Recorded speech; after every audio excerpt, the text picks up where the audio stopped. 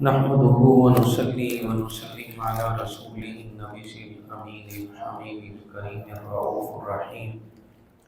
أما بعد فأعوذ بالله من الشيطان الرجيم. بسم الله الرحمن الرحيم. وطهر بيتي للطائفين والقائمين والركع السجود. صدق اللہ العظیم. سب مل کر بارگاہ رسالت میں محبت کے ساتھ درود و سلام کا نذرانہ پیش فرمائیے. صلی اللہ علیہ نبی وآلہ صلی اللہ علیہ وسلم. صلاۃ و سلام علیک یا سیدی یا رسول اللہ. سرمائے نہیں، زور سے پڑھیں، برکتیں ملیں گی. الصلاۃ والسلام علیک یا سیدی یا حبیب اللہ وعلى آلك وصحابك يا شفيع المذنبين. الصلاة والسلام عليك يا رحمة للعالمين. نہ دنیا سے، نہ دولت سے، نہ گھر آباد کرنے سے تسلی دل کو ہوتی ہے خدا کو یاد کرنے سے. حضور کی محبت دین حق کی شرط اول ہے. حضور کی محبت دین حق کی شرط اول ہے. ہو اگر اس میں کچھ خامی تو سب کچھ نامکمل ہے. حضرت محترم معزز سامعین کرام، میرے انتہائی واجب الاحترام میرے بزرگوں، دوستوں، بھائیوں، عزیز بچوں اور ہمارے برادر محترم جناب حضرت علامہ مولانا محمد سلیم نقشبندی سہروردی مدث اللہ علیہ، اس بندہ عاجز نے حمد و ثنا، درود و سلام کے نذرانے کے ساتھ ساتھ رب کائنات کی عظیم توفیق اور اس کے فضل و کرم سے اللہ کے مقدس معظم بابرکت کلام قرآن مجید فرقان حمید پارہ نمبر 17 سورۃ الحج کی آیت نمبر 26 کا کچھ حصہ آپ کے سامنے تلاوت کرنے کا شرف حاصل کیا ہے. اللہ کی بارگاہ میں دعا ہے رب کائنات اس عاجز کو اس آیت مبارکہ کے اس حصے کا صحیح ترجمہ، صحیح مفہوم اور اس کے متعلق صحیح درس آپ کی خدمت میں پیش کرنے کی سعادت نصیب فرمائے، اور ہم سب کو حق سننے، حق سمجھنے، حق پر قائم رہنے اور حق کو قبول کرنے اور حق کہنے کی ہمیں سعادت نصیب فرمائے. ہماری مختصر زندگیوں میں رب کائنات کا عظیم فضل ہوا کہ اس نے ہمیں یہ رحمتوں، برکتوں، عظمتوں والا مہینہ رمضان المبارک عطا فرمایا. پھر کرم بالائے کرم یہ ہوا کہ آج اللہ تعالیٰ نے آپ حضرات کو اپنے گھر میں معتکف ہونے کی سعادت بخشی ہے، اور مجھ گناہگار کو آپ کے سامنے کچھ کلام کرنے کا شرف بخشا ہے. اللہ آپ کی سعادتوں کو اور میری حاضری کو اپنی پاک بارگاہ میں قبول فرمائے. منتظمین کے اس اہتمام و اکرام کو بھی اللہ قبول فرمائے. سب کو اپنی شانوں کے مطابق میرا رب اجر عظیم عطا کرے. مختصر زندگیوں میں اللہ کا یہ فضل ہونا یہ بڑا انعام ہے، اور اگر اللہ تعالیٰ انعام فرما دے، اس کا کرم ہو جائے تو اس پر اس کا شکر ادا کرنا چاہیے. اور صرف شکر بھی نہیں ہے، اس انعام کی قدر کرنی چاہیے. جو قومیں، جو لوگ اللہ کے انعام کی قدر نہیں کرتے، اللہ اپنے انعام کو واپس لے لیتا ہے. سب سے پہلے یہ جو اعتکاف ہے، معتکف آپ ہوئے، یہ عطف سے نکلا ہے جس کا معنی ہوتا ہے حضرت محترم جڑنا. کس سے جڑنا؟ اللہ کی ذات سے، اللہ کے گھر سے، اس کی رحمت سے جڑ جانا. پھر یاد رکھیے گا، کوئی ایسی عبادت، کوئی ایسی بندگی رحمت للعالمین کی رحمت والی شریعت میں نہیں ہے کہ انسان اس سے ہر معاملے سے کٹ جائے. حج بھی ہے تو حج میں بھی دیکھیے گا کہ جمع ہوتے ہیں میدان عرفات میں، ایک عظیم عمل ہے، لیکن وہاں بھی کچھ معاملات ایسے ہوتے ہیں جو انسان کسی نہ کسی طرح کسی نہ کسی چیز سے جڑا ہوا ہوتا ہے۔ لیکن یہ ایک بندگی ہے جس میں اللہ رمضان بھی دیتا ہے، پھر اپنا گھر میں بلاتا ہے، اور ہر چیز سے اللہ فرماتا ہے کہ تم کٹ جاؤ اور میری ذات سے، میری رحمت سے جڑ جاؤ۔ یہ وصف اسی بندگی میں، اسی عبادت میں، اسی چیز میں اللہ نے رکھا ہے۔ ویسے رحمت للعالمین کی شریعت میں احکامات خداوندی کے ساتھ حقوق اللہ کا بہت بڑا حکم رکھا گیا ہے کہ اللہ کی بندگی کے ساتھ ساتھ حقوق اللہ کو لازم ادا کرنا ہے، ورنہ بعض اوقات حقوق العباد میں اگر کچھ کمی کوتاہی غلطی ہو جائے تو اللہ حقوق اللہ کو قبول نہیں فرماتا۔ نبی رحمت صلی اللہ علیہ وسلم کے رحمت والے زمانے میں جب رحمتیں چماچم برس رہی تھی تو رحمت للعالمین صلی اللہ علیہ وسلم کے دو اصحاب میں سے دو اصحاب نے، بعض میں ہے کہ 3 میں نے یہ اپنے اوپر قسمی طور پر لاگو کر دیا کہ ایک نے کہا کہ میں شادی نہیں کروں گا، ایک نے کہا کہ میں ساری زندگی روزے رکھوں گا، تیسرے کا بھی ذکر ہے۔ میں آپ کی خدمت میں 2 کا عرض کر دیتا ہوں کہ جب نبی رحمت صلی اللہ علیہ وسلم کو یہ معاملات کا پتہ چلا تو اللہ کے نبی نے ان دونوں کو بلایا اور پوچھا کہ مجھے معلوم ہوا ہے کہ ایک نے کہا ہے کہ میں شادی نہیں کروں گا اور دوسرا کہتا ہے کہ میں ساری زندگی روزے رکھوں گا، ایسا کیوں؟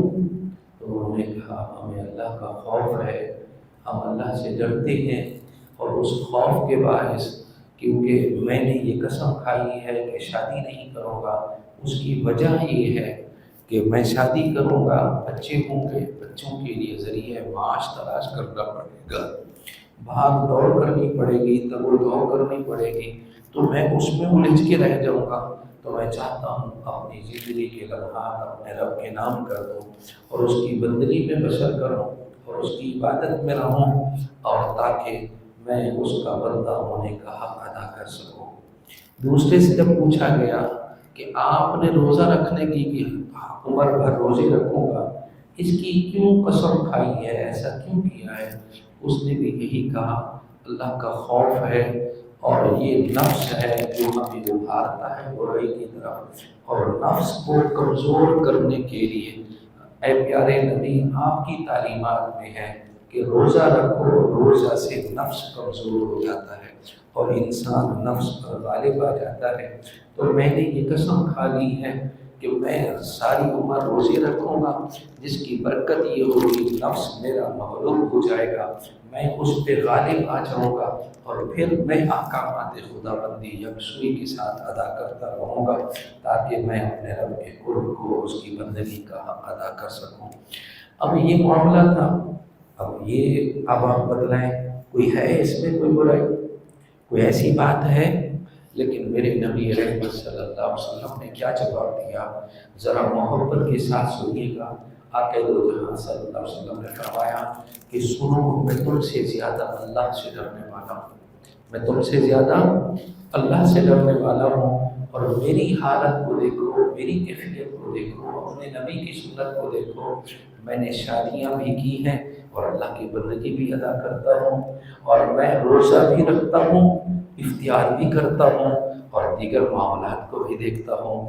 اللہ کو ایسی کوئی عبادت پسند ہی نہیں ہے جس میں رحمت للعالمین صلی اللہ علیہ وسلم کی سنت اور اتباع نہ ہو، بلکہ اللہ تعالیٰ نے فرمایا قل، میرا محبوب کہہ دیجئے، ان کنتم تحبون اللہ، اگر تم اللہ سے محبت کرتے ہو، یہ اگر تمہارا دعویٰ ہے تو اس کا عملی ثبوت دو۔ اے اللہ عملی ثبوت کیا ہے؟ اللہ نے فرمایا فاتبعونی، بس میرے محبوب کے فرما بردار یعنی اطاعت گزار بن جاؤ اور ان کی اطاعت کر لو۔ اے اللہ اگر ہم تیرے محبوب کے متبع بنتے ہیں، اطاعت کرنے والے بنتے ہیں اور ان کی پیاری سنتوں کی پیروی کرنے والے بنتے ہیں، تو اس کا ہمیں صلہ کیا ملے گا؟ اللہ نے فرمایا یحببکم اللہ، اللہ تمہیں خود بخود تم سے محبت فرمائے گا، تم اللہ کے محبوب بن جائے ہوئے۔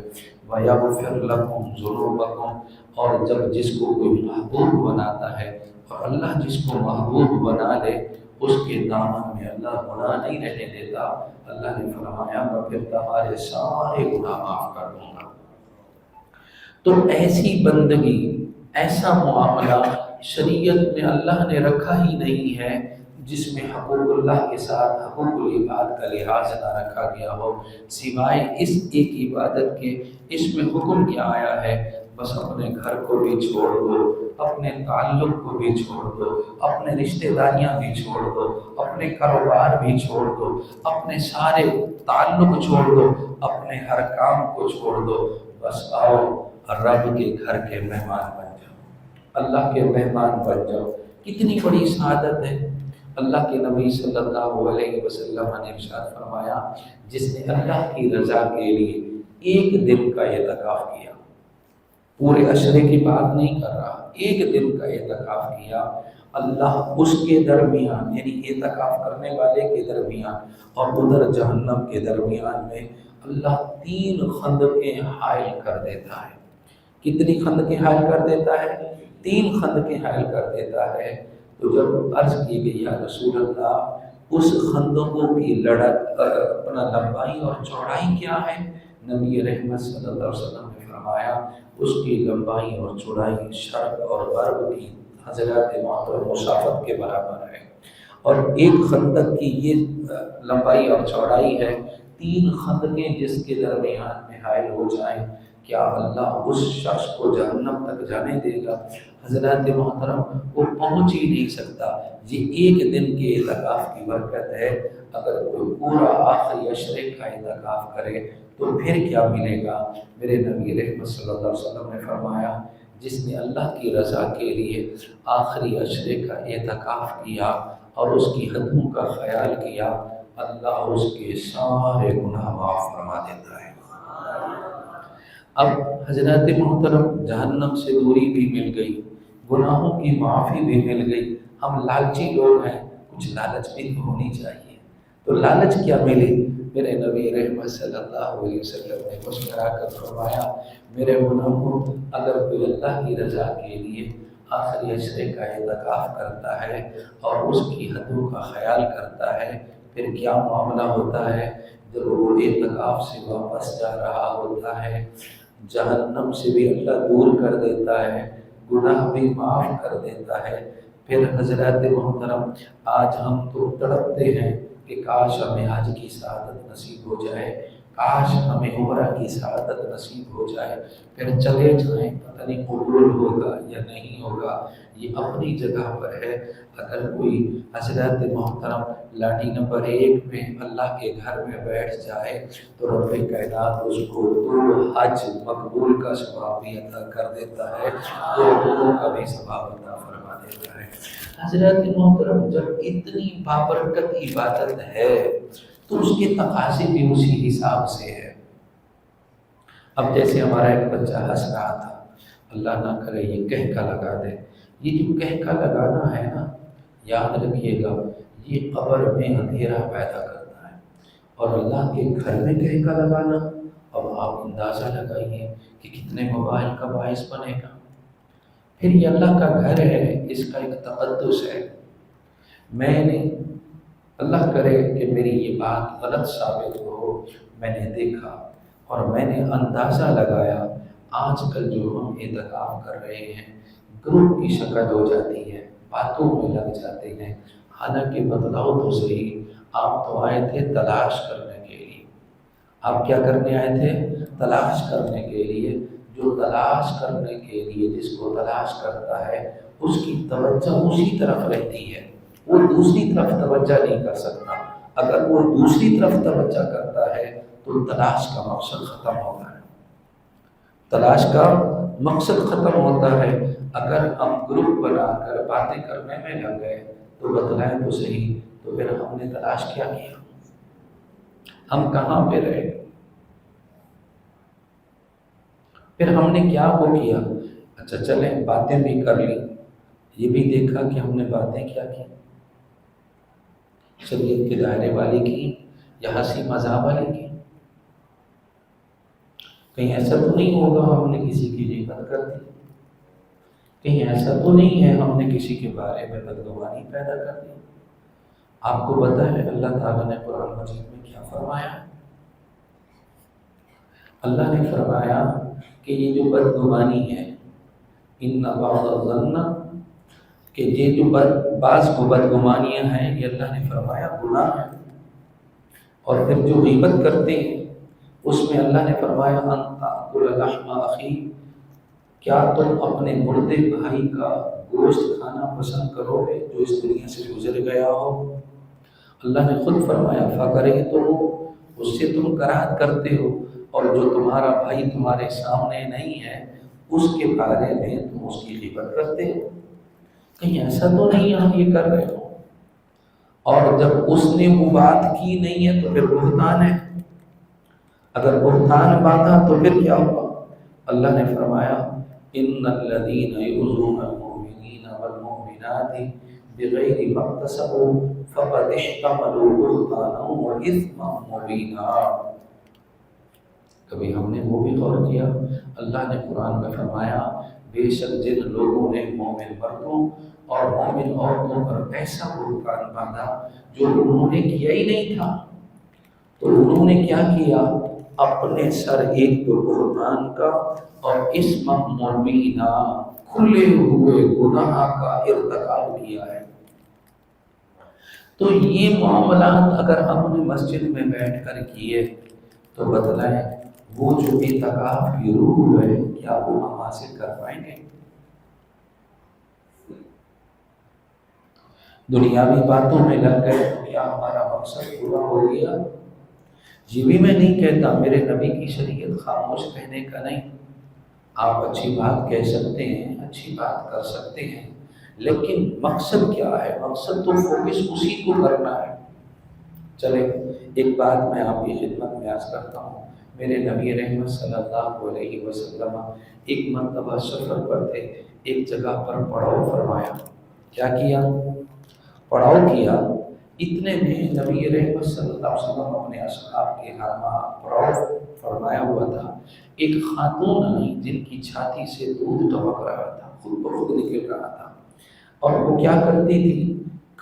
متلاشی تھی کسی چیز کی، اور اس کو اگر کوئی بچہ سامنے نظر آتا، ڈھونڈتے ڈھونڈتے بچہ نظر آ جاتا تو وہ اس کو اٹھاتی، پیار کرتی، اپنی چھاتی کا دودھ پلاتی، اور پھر اس کو غور سے دیکھتی تو چھوڑ دیتی، پھر آگے نکلتی، پھر کوئی اور بچہ نظر آتا تو معصوم بچے کو پھر اٹھاتی۔ پھر یہی کیفیت رحمت للعالمین صلی اللہ علیہ وسلم اور آپ کے اصحاب نے اس کیفیت کو ملاحظہ فرمایا تو میرے نبی رحمت صلی اللہ علیہ وسلم نے اپنے غلاموں سے پوچھ ہی لیا، میرے غلاموں آپ نے اس عورت پر معاملہ ملاحظہ کیا؟ انہوں نے کہا یا رسول اللہ ملاحظہ کیا۔ اللہ کے نبی صلی اللہ علیہ وسلم نے فرمایا آپ نے اس کو فرشتگی کے عالم میں دیکھا، آپ کو پتہ ہے کیوں ایسا ہے؟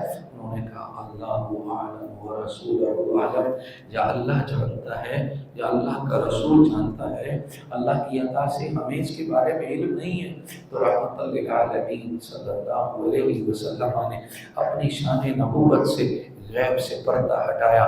میرے آقا نے فرمایا میرے غلاموں اس کا اپنا بچہ گم ہو گیا ہے، یہ اس کی متلاشی ہے، اس کو تلاش کرنے میں لگی ہوئی ہے، اور جب کوئی بچہ نظر آتا ہے یہ اس قدر فرشتہ ہے، اس قدر دیوانی ہے اپنے بچے کی محبت میں، بس اس بچے کو اٹھا لیتی ہے، پیار کرتی ہے، دودھ پلاتی ہے اور اس کو کھلاتی بہلاتی ہے، اور جب دیکھتی ہے یہ تو میرا بچہ نہیں ہے پھر اس کو چھوڑ دیتی، پھر اور بچے کو اٹھا لیتی۔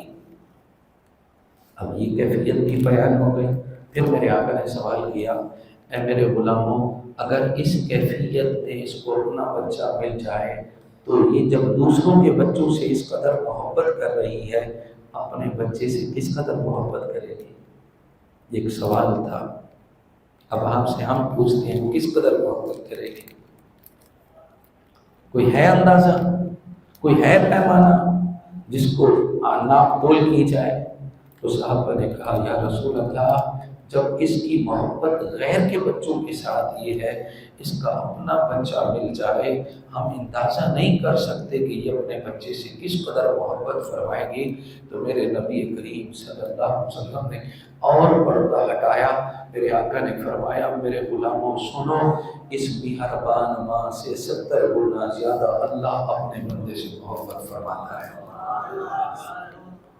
جو رب اس قدر محبت فرماتا ہو، وہ ہمیں تلاش کا ٹارگٹ دے کہ آؤ میری رحمت کو تلاش کرو، میرے بندوں آؤ آخرت کا ذخیرہ اکٹھا کرو، کیونکہ یہ دنیا آخرت کی کھیتی ہے۔ اے اللہ کیا ملے گا؟ بولا بیٹھو تو صحیح، تمہیں وہ رات عطا کر دوں گا خیر من 1000 شہر، جو 1000 مہینے سے بہتر ایک رات ہے۔ یعنی کہ تم 1000 مہینے بندگی کرو تو تمہیں وہ ثواب، وہ اجر نہیں ملے گا، وہ عبادات و ریاضات کرو، وہ مقام، وہ شرف نہیں ملے گا جو رب تمہیں ایک رات میں عطا کرنا چاہتا ہے۔ کیوں؟ کہ وہ مہربان ہے۔ ایک مہربان ماں سے بھی 70 گنا زیادہ اپنے بندے سے محبت فرماتا ہے۔ یہی تو میرے رب کی شان ہے، یہی تو اس کا فضل ہے، یہی تو اس کا کرم ہے۔ میں نے آپ کی خدمت میں عرض کیا کہ جتنی عبادات ہیں اللہ فرماتے ہیں نماز پڑھو جاؤ گھر کو جاؤ، بلکہ حکم کیا ہے سنتیں بھی جا کے گھر میں پڑھو۔ اللہ کے نبی نے فرمایا گھر میں جا کے پڑھو۔ یا رسول اللہ کیوں؟ میرے آقا نے فرمایا لا تجعلوا بیوتکم قبورا، مسلمانوں کا گھر ہے کسی غیر مسلم کا نہیں ہے، غیر مسلم کا نہیں ہے۔ اس گھر میں یہ پتہ چلنا چاہیے یہ گھر محمد عربی صلی اللہ علیہ وسلم کے غلاموں کا ہے، یہ گھر ویران نہیں ہے، یہ قبرستان نہیں ہے۔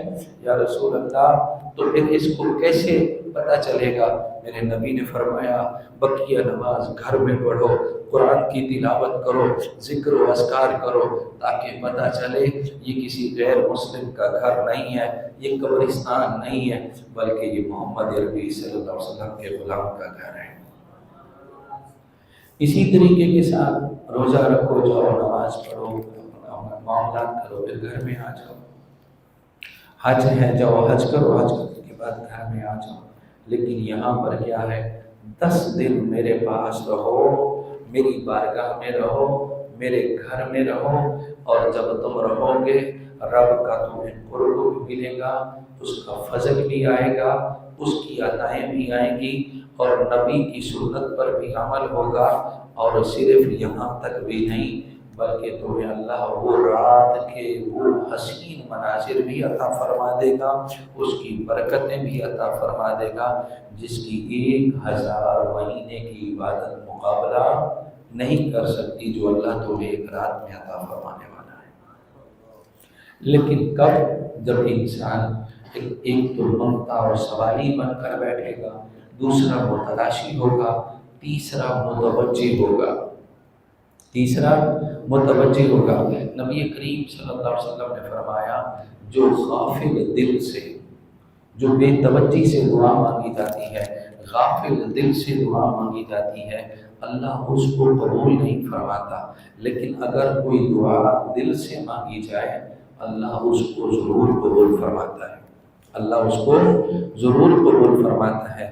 کہتے ہیں ایک بادشاہ کا ایک جگہ سے مزار سے گزر ہوتا تھا، وہاں ایک شخص بیٹھا ہوا تھا، نابینا تھا، اور وہ مانگ رہا ہوتا تھا اللہ اس بزرگ کے صدقے میں مجھے آنکھوں کی بینائی عطا کر دے۔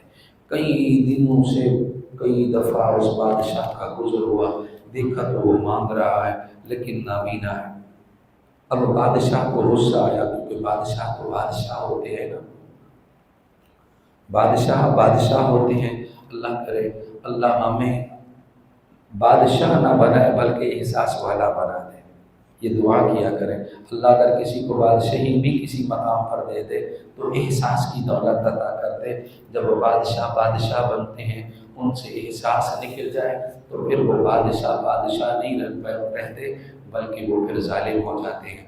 اچھا میں اپنی خدمت میں عرض کر رہا تھا تو کیا ہوا، اس نے کہا کہ میں اب جا رہا ہوں کام کے لیے، اور واپس جب آؤں گا دیکھ لے میرے ہاتھ میں تلوار بھی ہے۔ میرے ہاتھ میں تلوار بھی ہے، اختیار بھی ہے، ساری چیزیں ہیں، اگر میں واپس آیا تیری آنکھوں کی بینائی نہ لوٹی ہوئی تو تیری گردن اڑا دوں گا۔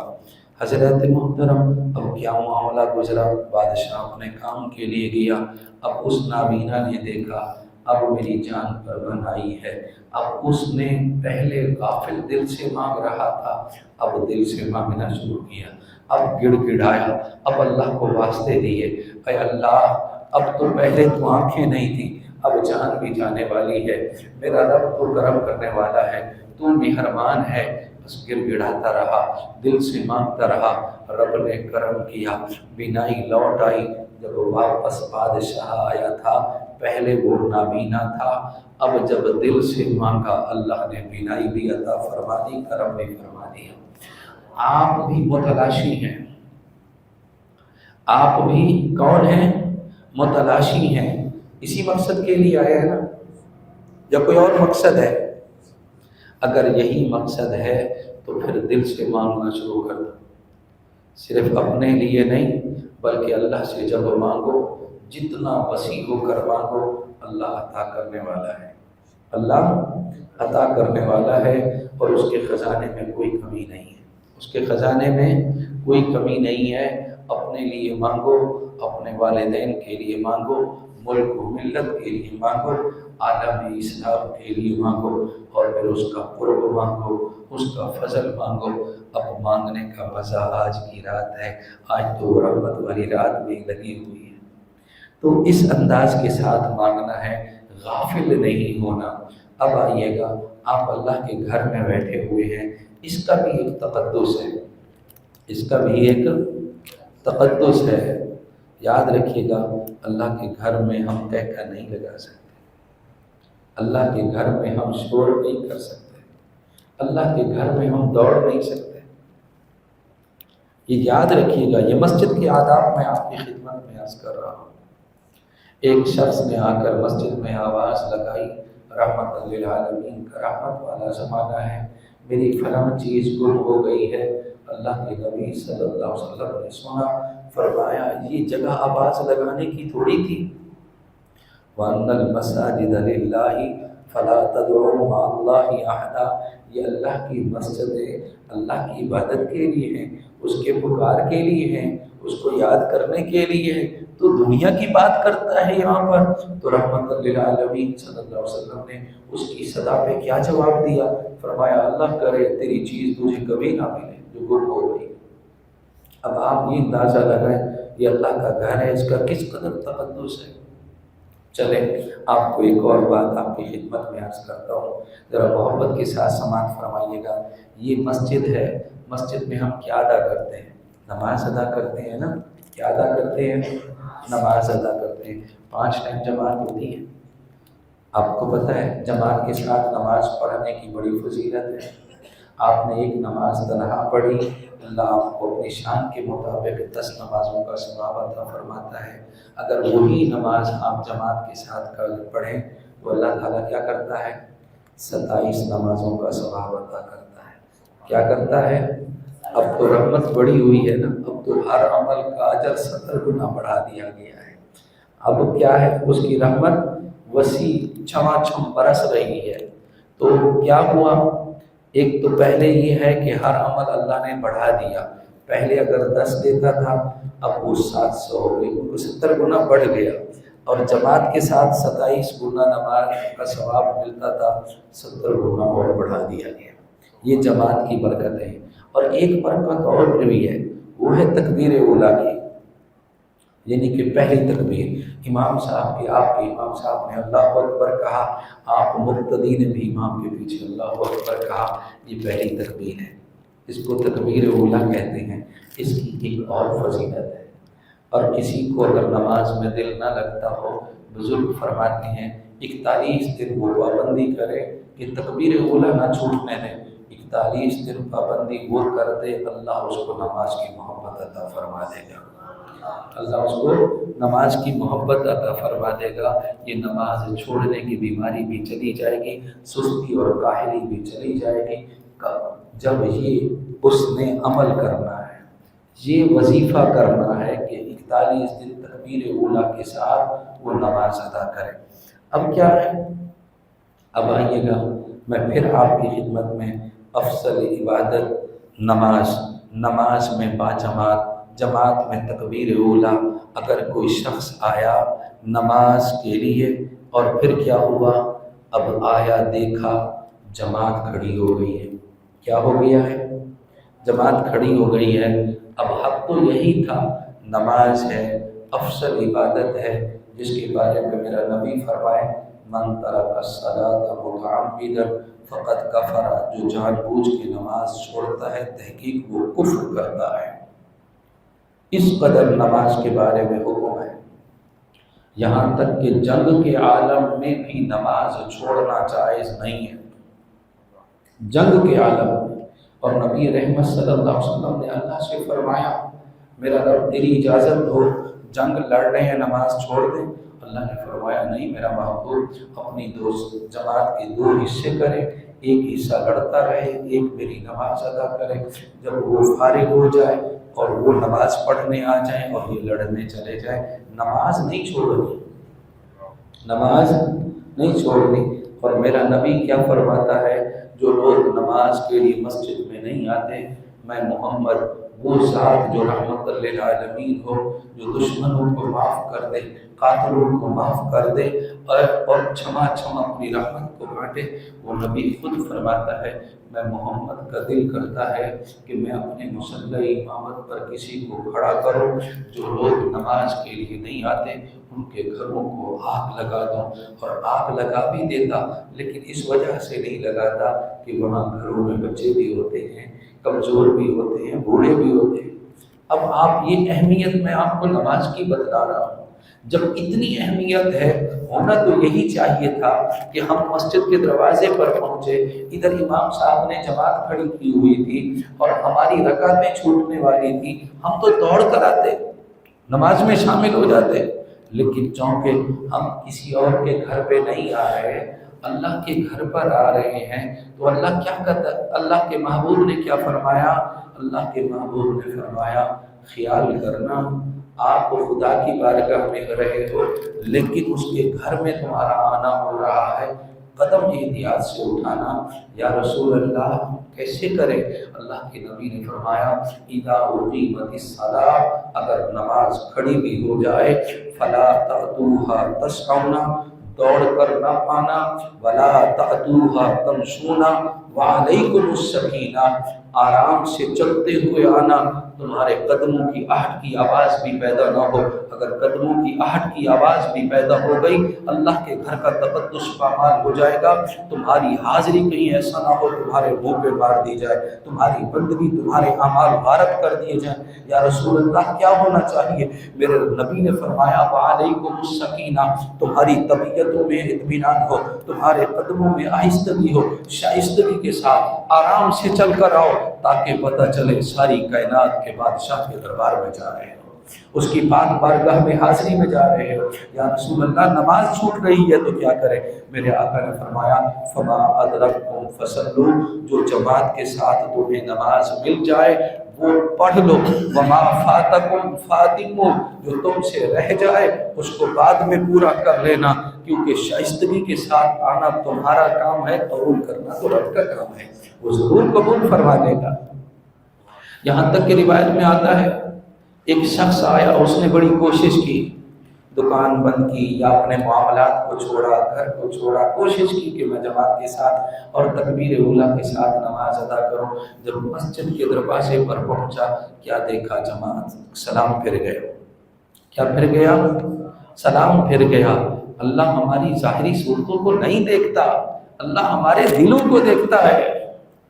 ان اللہ لا ينظر الى صورکم واموالکم، اللہ نہ تمہاری ظاہری صورتوں کو دیکھتا ہے، تمہارے مال خرچ کرنے کو بھی رب نہیں دیکھتا، ولکن ينظر الى قلوبکم، اللہ پہلے تمہارے دلوں کو دیکھتا ہے، واعمالکم، پھر تمہارے عمل کو دیکھتا ہے، اس کا دل کیا کہہ رہا ہے، اس کا عمل کیا کہہ رہا ہے۔ اگر ایک جیسا ہے تو مقبول ہے، اگر ایک جیسا نہیں ہے، دل کچھ اور عمل کچھ اور، تو اس کا معنی ہے یہ دو رنگی ہو گئی۔ تو دو رنگی اللہ کو پسند نہیں ہے، یک رنگ اللہ کو بڑا پسند ہے۔ تو میں آپ کی خدمت میں عرض کر رہا تھا، آیا اللہ کے گھر پر، اس کی دہلیز پر پہنچا، اتنے میں جماعت ختم ہو گئی تھی، تکبیر اولیٰ چلی گئی تھی، اس کے دل سے آہ نکلی، اے ہے میرے نبی کریم صلی اللہ علیہ وسلم نے فرمایا وہ جو دل کی آہ ہے، اسی لیے جب آہ نکلتی ہے اللہ کے عرش کو ہلا دیتی ہے۔ نبی کریم صلی اللہ علیہ وسلم نے فرمایا اس کی کیفیت ندامت والی تھی، اس کی کیفیت افسوس والی تھی، جو دل سے آہ نکلی، اس آہ کی برکت کی وجہ سے اللہ کئی تکبیر اولیٰ کا ثواب عطا فرما دیتا ہے۔ ثواب تو وہ دینے پر قادر ہے، بس اپنی کیفیت کو اچھا بنانا ہے۔ تو میں آپ کی خدمت میں جو عرض کر رہا ہوں وہ یہ ہے، جو رب اپنے گھر میں حضرات محترم ایک پاؤں کو اٹھا کر اور دوڑ کر چلنا پسند نہ کرے اور ہم یہاں ٹھٹھا مذاق کریں تو بتلائیں تو یہ پسند ہو جائے گا؟ یہ کبھی بھی پسند نہیں ہوگا۔ اسی لیے اگر چاہتے ہیں ہم کہ یہ جو ہمارا اعتکاف ہے یہ قبولیت والا ہو جائے، یہ برکتوں والا ہو جائے، اس کا ہمیں پورا صلہ مل جائے، تو یاد رکھیے گا اللہ کے گھر میں بیٹھے ہوئے ہیں، اللہ کے گھر کے تقدس کو پامال نہیں ہونے دینا، اس کا خیال کرنا ہے، اس کے ساتھ ساتھ اعتکاف کے احکامات کو بجا لانا ہے، ہر اس عمل سے اپنے آپ کو بچانا ہے جو آپ کو اللہ سے دور کر دے، جو آپ کے اعمال کے لیے غارت گری کا باعث بنتا ہو، تو پھر کیا معاملہ ہوگا؟ سنو، اب توجہ کے ساتھ سنو۔ نبی کریم صلی اللہ علیہ وسلم نے ارشاد فرمایا جب رمضان المبارک کی آخری رات ہوتی ہے اللہ اپنے بندوں پہ فخر فرما رہا ہوتا ہے۔ کن کے سامنے فخر فرماتا ہے؟ فرشتوں کے سامنے فخر فرماتا ہے۔ اور کس طرح فخر فرماتا ہے؟ میرے فرشتوں بتلاؤ تو صحیح، بتلاؤ تو صحیح۔ اب مجھے کہنے دیجئے گا کہ تم نے تو اعتراض کیا تھا کہ یہ تو فساد برپا کریں گے، تم نے تو کہا تھا کہ یہ قتل غری کریں گے، ان کا تو معاملہ یہ ہے، یہ تو دیوانہ وار ہو کر میرے لیے تو روزہ رکھتے تھے، دیوانہ وار ہو کر انہوں نے تو گھر کو چھوڑ دیا، دیوانے ہو کر تو یہ میرے در پہ جب بیٹھے تو انہوں نے ایک دوسرے سے باتیں چھوڑ دی، انہوں نے تو ہنسنا اور ٹھٹھا مذاق چھوڑ دیا، انہوں نے تو سب کچھ چھوڑ دیا، اب بتلاؤ۔ حضرات پھر میرا رب اپنی شان سے پوچھتا ہے یہ تو بتلاؤ اس مزدور کا کیا ہونا چاہیے جس نے اپنا کام پورا کر لیا ہو؟ اللہ اکبر، اللہ اکبر۔ پھر فرشتے کہتے ہیں اے اللہ اس مزدور کو پوری مزدوری ملنی چاہیے، تو میرا رب فرماتا ہے میرے فرشتوں گواہ ہو جاؤ، جنہوں نے روزہ رکھا، جنہوں نے روزے کی پاسداری کی، میں نے سب کو بخش دیا ہے۔ اللہ اکبر، اللہ اکبر۔ بات تو ان کے لیے ہے جو روزے دار ہیں، اعتکاف والوں کے لیے تو سبحان اللہ رحمت ہی رحمت ہے، فضل ہی فضل ہے۔ جب جائیں نا تو پھر کیا ہو، ایک نہیں حضرات محترم 30 خندقیں جہنم کے اور تمہارے درمیان میں حائل ہو، گناہ کی معافی ہو جائے، اور پھر اس شان کے ساتھ جائے تمہارے نامہ اعمال میں 2 عمرہ کا بھی ثواب ہو، 2 حج کا بھی ثواب ہو، اس شان کے ساتھ جائیں حضرات محترم، پھر رب فخر فرمائے یہ میرے بندے جا رہے ہیں۔ اللہ اکبر، اللہ اکبر۔ یہ کیفیت پیدا کرنی ہے۔ اللہ آپ کو ہمیں عمل کی توفیق عطا فرمائے، اللہ ہمیں ان اعمال سے بچا لے جو ہمارے اعمال کی بربادی کا باعث بنتے ہوں، ہر وہ عمل کرنے کی اللہ ہمیں توفیق اور سعادت عطا فرمائے جو ہم گناہ گاروں کے اعمال کی قبولیت کا باعث بنتے ہو، اللہ کے فضل اور اس کی رحمت کو پانے کا باعث بنتے ہو، رحمت للعالمین کی نگاہ کرم کا باعث بنتے ہو۔ اللہ کی بارگاہ میں دعا ہے اللہ مجھ گناہ گار کی حاضری کو قبول فرمائے، آپ کا بیٹھنا، آپ کا سننا قبول فرمائے۔ آمین وآخر دعوانا الحمدللہ رب العالمین۔